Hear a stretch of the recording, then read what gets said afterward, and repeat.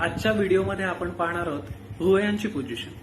भुवयांच्या पोझिशनवरूनही माणसाचं चरित्र आपल्याला दिसून येतं, त्या चरित्रातला वेगळेपणा आपल्याला दिसून येतो.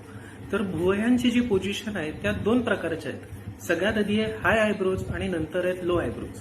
तर आपण आधी समजून घेऊया की हाय आयब्रोज नक्की कशा असतात. थोडं आपल्याला हसायला येईल एक्सप्रेशन बघून, पण आपण समजून घेऊ की हाय आयब्रो नक्की कशा असतात.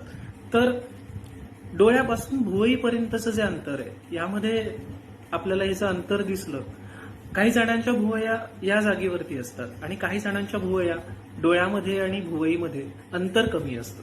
तर याला आपण लो आयब्रोज म्हणतो आणि याला आपण हाय आयब्रोज असं म्हणतो. तर आज आपण बघूया की लो आयब्रोज असलेली लोक नक्की कशी असतात. तर लो आयब्रो असलेली लोक ही अभिव्यक्त असतात. यांच्या चेहऱ्यावर यांच्या मनात काय चाललंय ते स्पष्टपणे दिसून येतं. ही लोक कृती तत्पर असतात. एखाद्या गोष्टीवरती त्वरित विश्लेषण करणं आणि त्या गोष्टीचं प्रत्यक्ष काम करणं या गोष्टी त्यांना करायला आवडतात. हे त्यांच्या स्वभावातच असतं. यांच्याकडून एखाद्याचा अपमान पटकन होऊ शकतो. या लोकांमध्ये कृती तत्परता भरपूर असते. म्हणजे एखादं काम ह्या वेळेत झालं पाहिजे तर ते असंच झालं पाहिजे.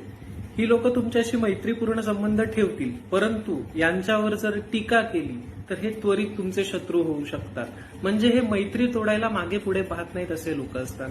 मनाने अतिशय निर्मळ असतात. कोणाविषयी यांच्या मनात आकच दिसून येत नाही, परंतु ह्यांच्या रागीट स्वभावामुळे हे शक्यतो इंट्रोवर्ट दिसून येतात.